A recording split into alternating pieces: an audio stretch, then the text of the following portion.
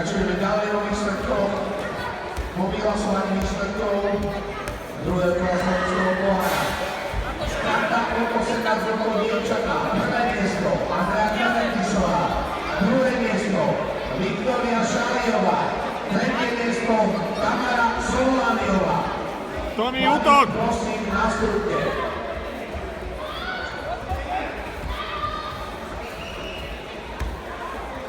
Ešte raz, tretie miesto Karta dievčatá o 18 rokov vyššie. Tamara Solaniová. Tomi, úder! Druhé miesto Mikina Máriová.